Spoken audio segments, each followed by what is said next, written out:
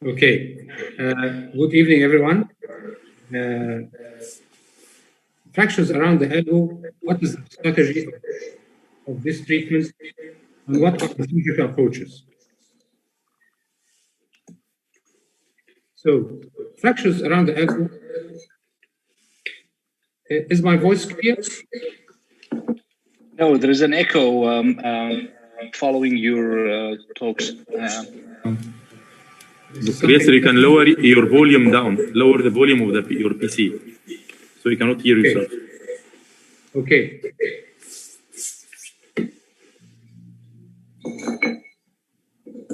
So, fractures of the elbow for us can be classified generally as those fractures which are in the articulation between the humerus and the ulna, which is called the humeral-ulnar articulation. These are fracture dislocations.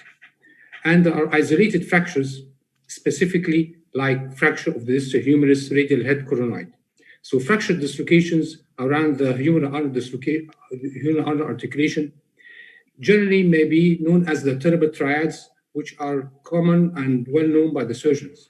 But sometimes there are fractures other than the terrible triad, which are more serious and misdiagnosed. These isolated fractures, like the distal humerus, distal radial head, or coronid, may be only isolated as a fracture without any ligamentous injuries. But if there is a ligamentous injury which should be diagnosed, then these fractures are very serious and they are unstable.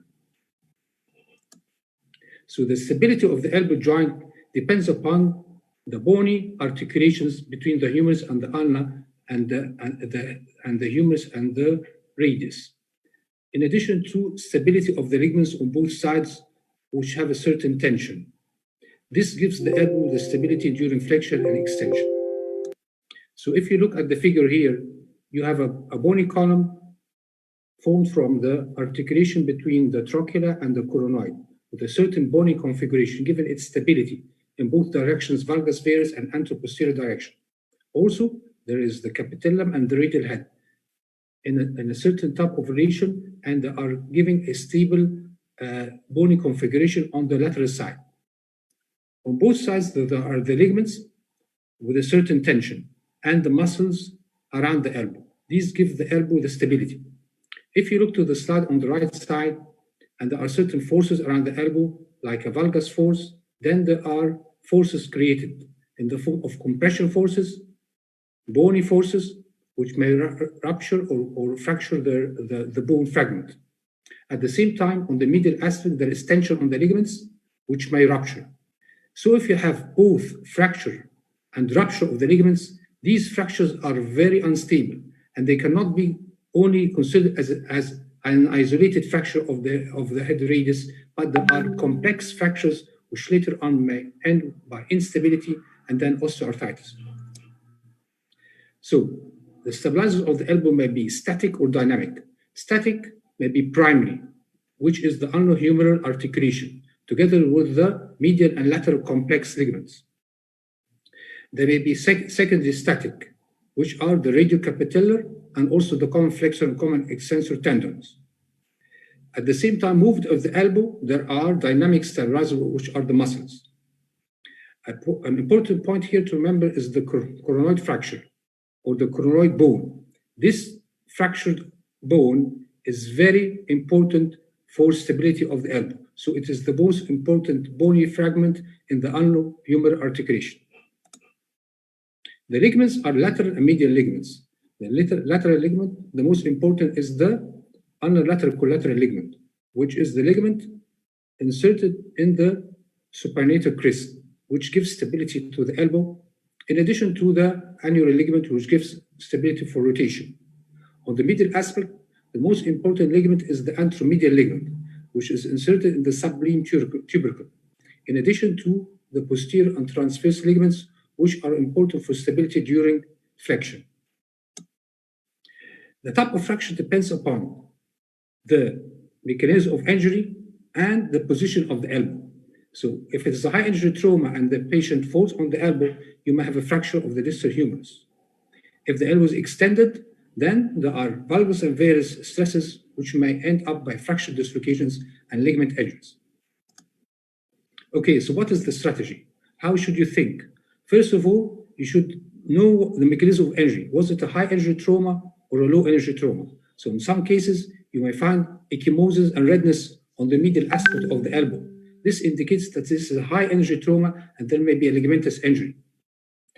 In addition to the X-ray, you should do a CT scan, 3D CT scan to give you an idea about other fractures. In some situations, you may do an MRI to determine if there's any ligamentous injuries. So you should decide, is it a stable or an unstable fracture? Then you should choose the type of approach which you're going to use to allow you to attack both columns, medial and lateral columns. Then you should decide, are you going to do fixation or prepare yourself for replacement? So this is a case of a fracture dislocation, unstable, and it's called terrible triad. How are we going to treat this patient? First of all, number one, it is a high energy trauma, unstable. Then you should do a CT scan. This gives you an idea about the fractures. The CT scan here shows there is a fracture of the head radius, also part of the coracoid, and a small chip of bone, as you see here, which gives you an indication that the lateral ligament is avulsed. This is the terrible triad. Okay, how are we going to proceed? You should choose the approach. The approach should allow you to attack both medial and lateral columns, because sometimes there may be injury of the medial ligament. You should be prepared to replace the head. If you are unable to fix, then you should replace. You should do all this job so that you can create a stable joint. So this ended up by a replacement of the head in addition to ligamentous repair of the elbow. These fractures cannot be treated conservative. Fracture coronoid. Is this an isolated fracture? Is it only a fracture of bone which needs fixation, or is it a complex fracture? These are very unstable fracture dislocations. You should also do a CT scan so that you can take an idea about other fractures. So if you look here, you find small fragments on the head of the radius, which did not appear in the X-ray. At the same time, this is like the reverse terrible triad, in which the arc of energy of trauma has passed all around the elbow. So this is not a simple coronoid fracture which needs only fixation. You should take in consideration if even you fix the coracoid process, then maybe there's other instability in other directions. Is this a simple head radius? If this is diagnosed as a simple head radius and you deal it with the head radius, you end up with unstable elbow. As you look at the X-ray on this side, you might find a very small chip of bone. This may be the lateral ligament or the medial ligament. This is the medial ligament. So it's a complex fracture. Fracture and ligament injury. You cannot treat it as a simple head radius. What can you do? You do a CT scan. 3D CT scan gives you an idea about the fracture. And here, there's a small fragment on the medial aspect, which indicates that this is injury of the medial ligament in addition to the fracture of the head radius. So this is a very complex and unstable fracture. An elbow which is unreducible, and you try to reduce and it's not reduced. So this is a type of unstable elbow. You do a CT scan, then you find a fragment entrapped inside the joint, which may be a part of the medial epicondyle. So this should be treated by fixation. Olecranon. Is this a fracture Olecranon?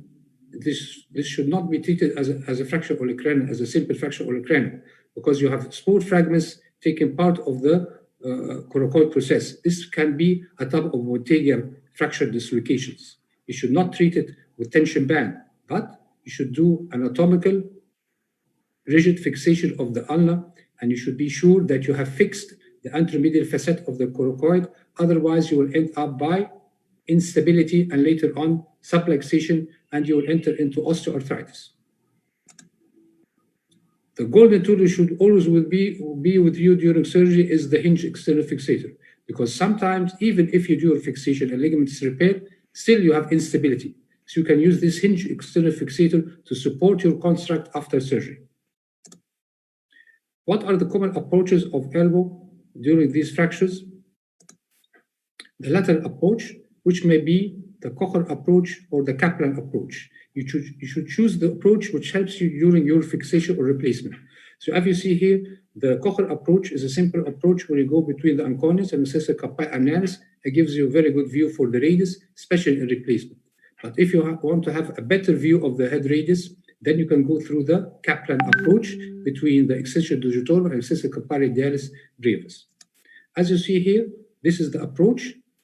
This is the Kocher approach, and you go between the unconscious and excessive carpi radialis, and you can see the head radius here, which is in some situations very easy to replace and use this approach for replacement. But in some other situations, you can use the Kaplan, which gives you a better view of the head radius from another direction. The medial approach, which is common, is using the over-the-top approach, in which here you go through the common flexor tendon, you remove part of the muscles, protective tears, part of it, exclude the capsule, and you go through the capsule. This is a very good approach for coronid fixation. So as you see here in the slide, this is the part of the common flexor. You release, go to the capsule, then you can find the coracoid process. Posterior approach, different types of posterior approaches. One of these is the triceps splitting approach. You go directly on the triceps, directly on the bone, leaving both sides of the triceps. You can use the tongue-shaped extension of the triceps, but it gives weak triceps. In certain situations, you can preserve the triceps and go through the medial or the lateral column.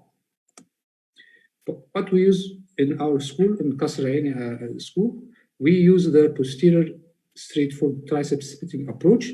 This approach begins directly in the posterior aspect of the triceps, osteoporoster, elevate both sides, leaving on both sides the aponeurosis of the triceps, and you get a very good approach to the distal humerus, even in, as you see here, comminuted fracture intra-articular. Thank you very much.